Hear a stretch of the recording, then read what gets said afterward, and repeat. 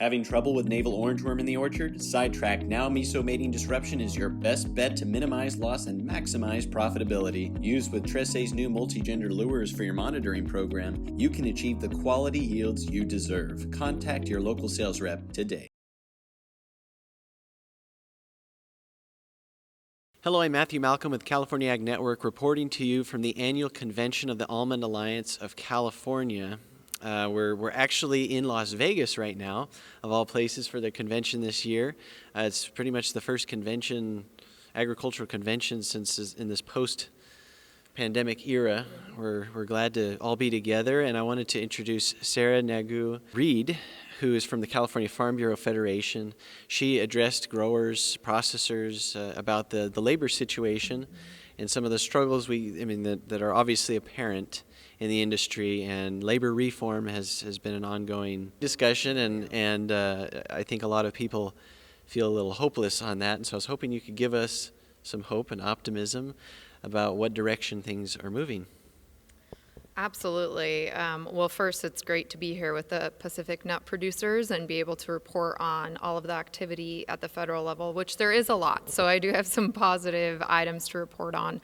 I'll first start with the pandemic and how real it made this labor situation for those who are not working in agriculture. Just put it at the forefront, help them understand that these individuals are essential employees. They have been working in agriculture for so long, and they deserve an adjustment of status. And they also, agriculture in general, just deserves immigration reform. This is an item that we have been asking for as an industry since IRCA passed in 1986. So if you think about that, 35 years, yeah, it's the time has come. And luckily, we have a real opportunity. Back in March, the Farm Workforce Modernization Act of 2021 passed out of the House on a bipartisan measure.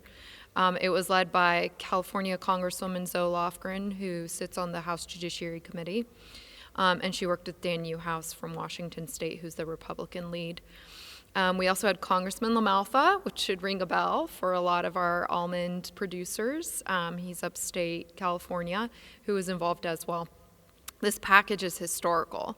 It would do two things that our industry has been asking for. One, it would provide an adjustment of status for our current employees and have them work in agriculture and commit to agriculture for a certain amount of time before they got that adjustment.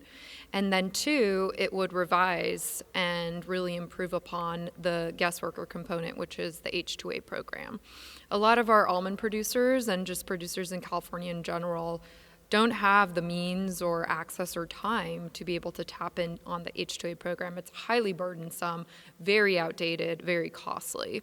So unless you have a huge HR body or shop within your operation, you're probably not going to be able to manage all of that and the process itself to bring those foreign workers in to work on your operation. But this bill would revise it and make it more user-friendly for small to medium-sized producers. So the bill passed out of the House. It's now in the Senate. Senator Feinstein is highly engaged, along with Senator Crapo from Idaho and also Senator Bennett from Colorado. So we at California Farm Bureau engage with the Almond Alliance and other industry groups to keep the momentum going, the pressure on the Senate offices so that they can't fall back on their usual rhetoric and talking points, which is, this is too contentious, we're going to an election year, it's not fair, our growers have been asking for this for too long, so we can't have any more excuses. So how soon do you think we're going to be able to find out how this goes? Hopefully we have a breakthrough with an introduction of a Senate companion bill in the next few weeks. We shall see. But the way I see it is we have until August. So the window is getting smaller and smaller, but the opportunity is there. Senate offices are engaged, and I think that producers throughout the nation need to start calling their Senate offices, specifically GOP members, to let them know why this is such a big issue. So also wanted to know, with every bill, there's usually some kind of downside, or, is there anything that growers should be possibly concerned about, or, and as this progresses, we want to make sure that growers know what they should expect. Are there any cons with the pros that you mentioned? Yeah, there's cons with everything, but I would say that the biggest con for this specific piece of legislation is just how the Senate leadership decides to proceed. There's a larger discussion being had about comprehensive immigration reform. And us working as advocates in industry at the federal level all know all too well that comprehensive never gets done. The more industries you include in a package for immigration reform, the more likely it will fall apart. So we are really asking for a piecemeal approach, which is what happened in the House.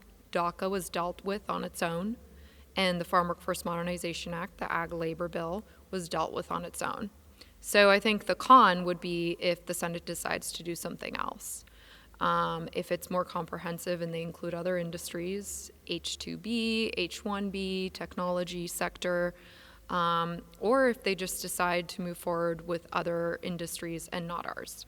So that is also something that we continue to engage on and press on to ensure that this moves on its own, or if it's packaged with DACA or any other sort of immigration needs within the United States, that we are alert and aware of what those ramifications mean for the votes that we need. Yes, obviously there's always going to be some ways that things could possibly go wrong in the mix, but hoping that things do work for our advantage. And, like Sara said, it's time to get involved and reach out to the powers that be. And obviously, Sara with the Farm Bureau and the Almond Alliance can help point growers in the right direction and how they can get involved. So thank you so much for joining us today. Of course. Read more about these things in our publications. I'm Matthew Malcolm, CaliforniaAgNet.com.